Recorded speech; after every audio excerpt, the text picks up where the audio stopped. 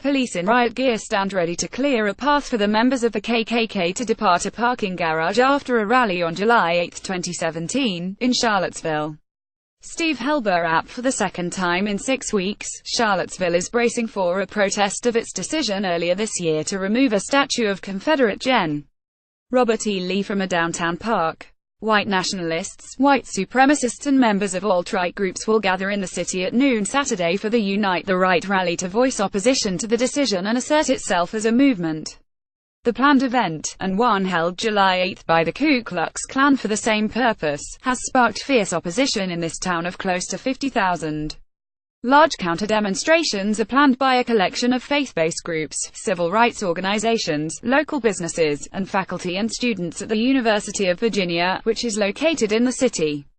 The convergence of potentially thousands of protesters and counter-demonstrators has left many city leaders, residents and business owners worried about possible violence and property damage in the typically tranquil community.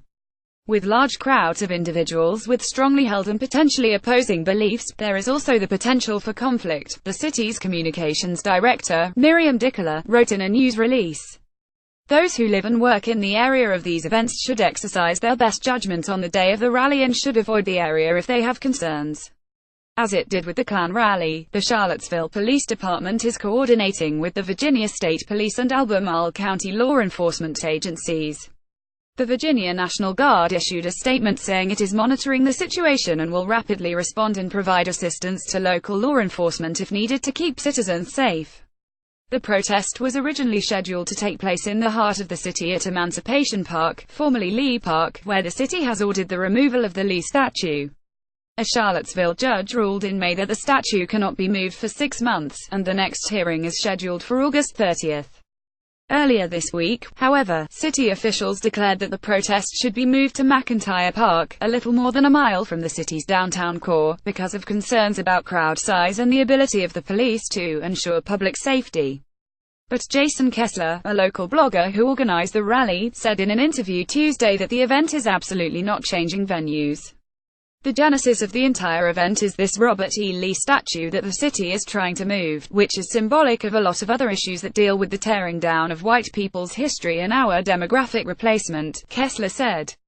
The American Civil Liberties Union and the Rutherford Institute, a Charlottesville civil liberties organization, wrote to the city Tuesday insisting that Kessler be allowed to hold his rally at Emancipation Park, saying that the city's decision to move the rally raises serious First Amendment concerns.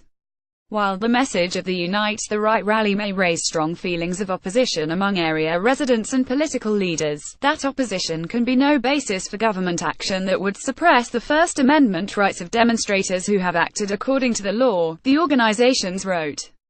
The two organizations filed suit against Charlottesville on Thursday in the Federal District Court for the Western District of Virginia, saying that the city violated Kessler's constitutional rights when it revoked the permit for his rally at Emancipation Park. No matter where the event is held, there is widespread concern about what it will bring.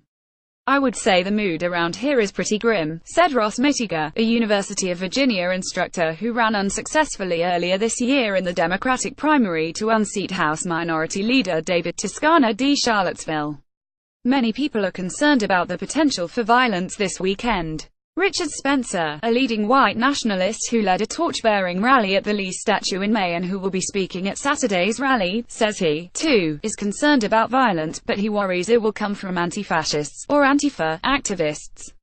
You can't engage the Antifa in dialogue because they have proven they are willing and eager to use violence, said Spencer, a University of Virginia graduate who now lives in Alexandria. The removal of the monuments, he said, is a metaphor for white dispossession and the erasure of our history and culture and identity. Spencer said that those attending the rally should refrain from throwing the first punch, but, obviously, if you are attacked, defend yourself. Some city leaders and University of Virginia President Teresa A. Sullivan have urged counter-protesters to avoid interacting with the rally-goers and to attend alternative protest events instead. But a wide swath of counter-protesters say that's not the right approach.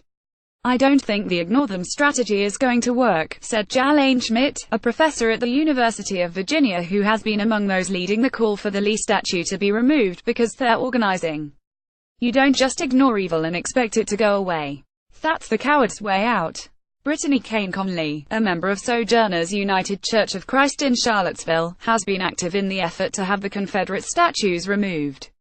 She led church members in a counter-protest at the Klan rally last month, and on Saturday she will do the same at the Unite the Right rally with Congregate Charlottesville, an organizing group that is bringing together counter-protesters from a wide range of religious backgrounds. Kane Conley echoed Mitiga's concerns about what the community is expecting. "People are scared," she said. "They are becoming more aware of the magnitude of this event and more aware of the violence that is done by the alt-right. And so people are anxious and afraid."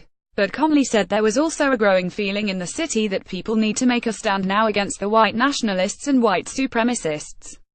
"They are really getting the idea that this is a capital M moment for our city and our nation," she said.